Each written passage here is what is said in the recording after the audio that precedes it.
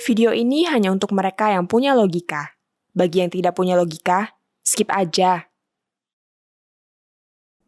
Dari Bengkulu ada kabar mengkhawatirkan.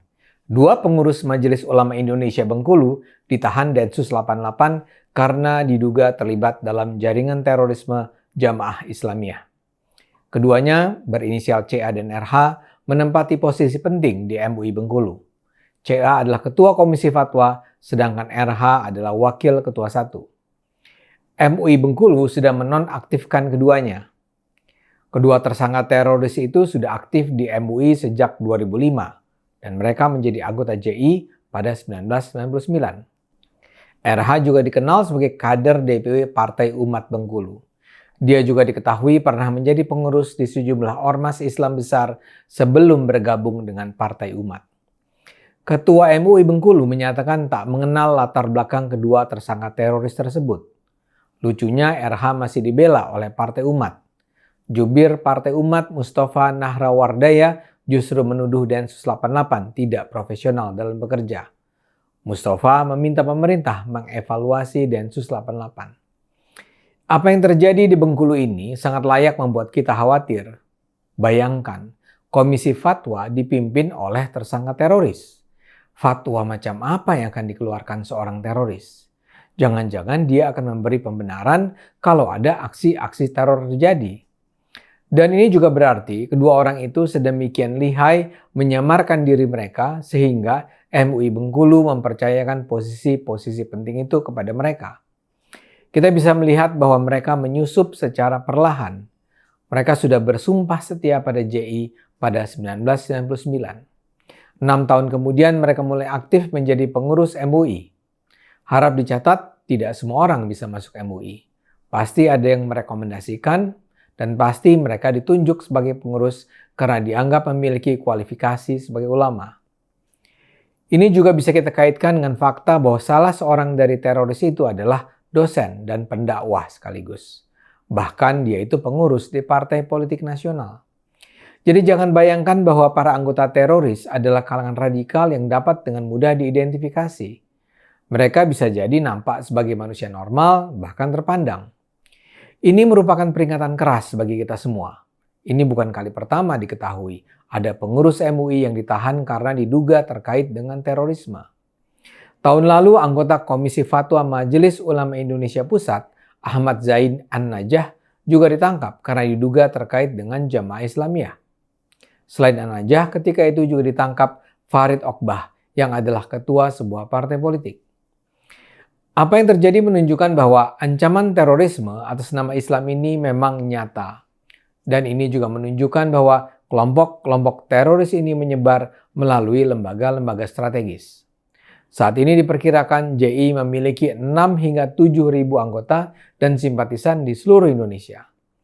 Mereka menyusup ke tengah masyarakat dengan berkamuflase sebagai organisasi yang aktif bergerak pada isu-isu kemanusiaan.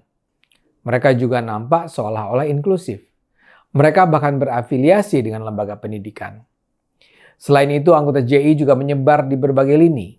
Densus 88 pernah menangkap anggota JI yang berprofesi sebagai pegawai negeri sipil dan guru.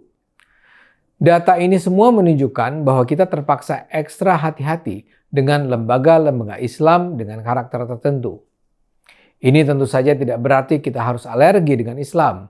Ini tidak berarti kita perlu mencurigai semua yang berbau Islam.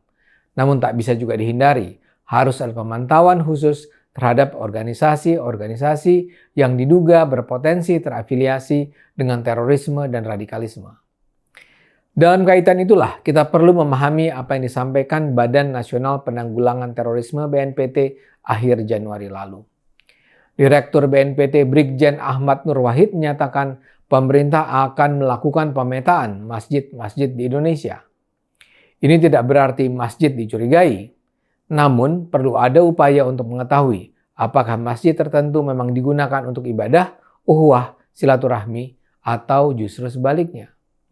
Menurut Ahmad, BNPT akan memetakan mana masjid yang moderat, yang mana yang sering disalahgunakan. Memang tidak semua pihak mengapresiasi langkah-langkah tersebut. Mantan Presiden sekaligus Ketua Dewan Masjid Indonesia DMI, Yusuf Kala menyebut bahwa tidak ada masjid yang radikal. Menurutnya tidak ada masjid yang salah.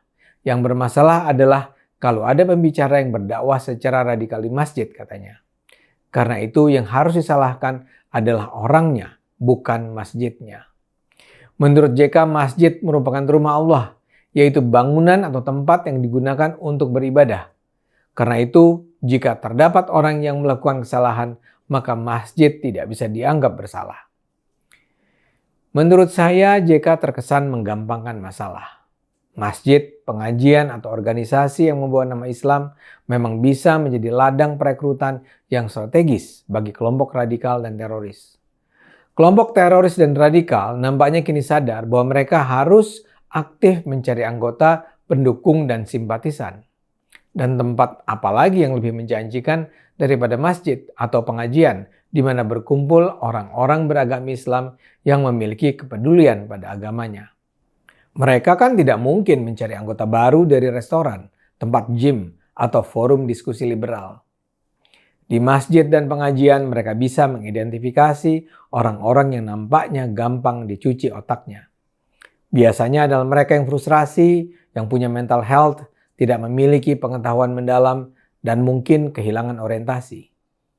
Dan karena masjid maupun pengajian adalah lembaga-lembaga demokratis, kaum radikal dan teroris ini pun bisa menyusup dengan menanamkan kader-kader mereka dengan image seolah sangat Islami. Mereka datang dari luar, membangun pengaruh, dan kemudian merekrut anggota baru.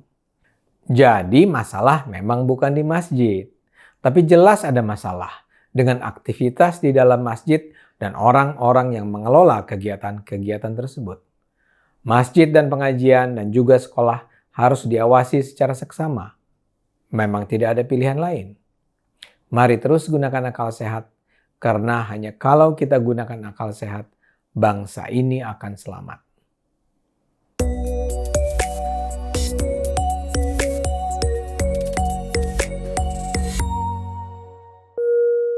Video ini hanya untuk mereka yang punya logika. Bagi yang tidak punya logika, skip aja.